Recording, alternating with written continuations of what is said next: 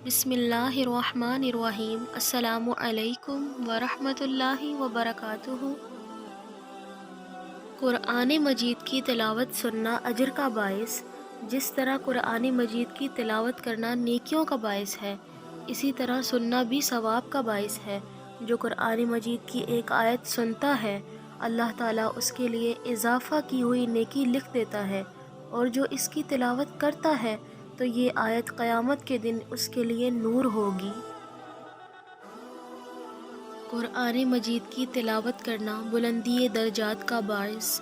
हज़रत अबू हुरैरा रज़ी अल्लाह ताला अन्हा रिवायत करते हैं कि रसूल अल्लाह सल्लल्लाहु अलैहि व आलिहि वसल्लम ने फरमाया कि क़यामत के दिन कुरान मजीद आएगा और कहेगा, ऐ मेरे रब, इस कारी को नया लिबास पहना दे। तो इसको करामत का ताज पहनाया जाएगा, और फिर कुरान मजीद कहेगा, ऐ मेरे रब,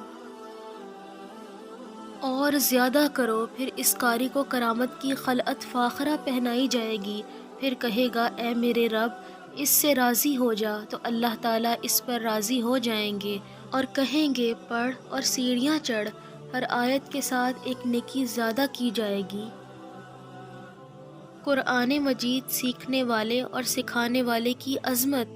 हज़रत उस्मान और अली रज़ी अल्लाह ताला अन्हा बयान करते हैं कि रसूल अल्लाह सल्लल्लाहु अलैहि व आलिहि वसल्लम ने फ़रमाया, तुम में से बेहतर वो है जो कुरान सीखे और दूसरों को सिखाए। मज़ीद ऐसी इस्लामी वीडियोज़ देखने के लिए हमारे चैनल मारिया ख़ान वॉइस को सब्सक्राइब करें। अल्लाह हाफ़िज़।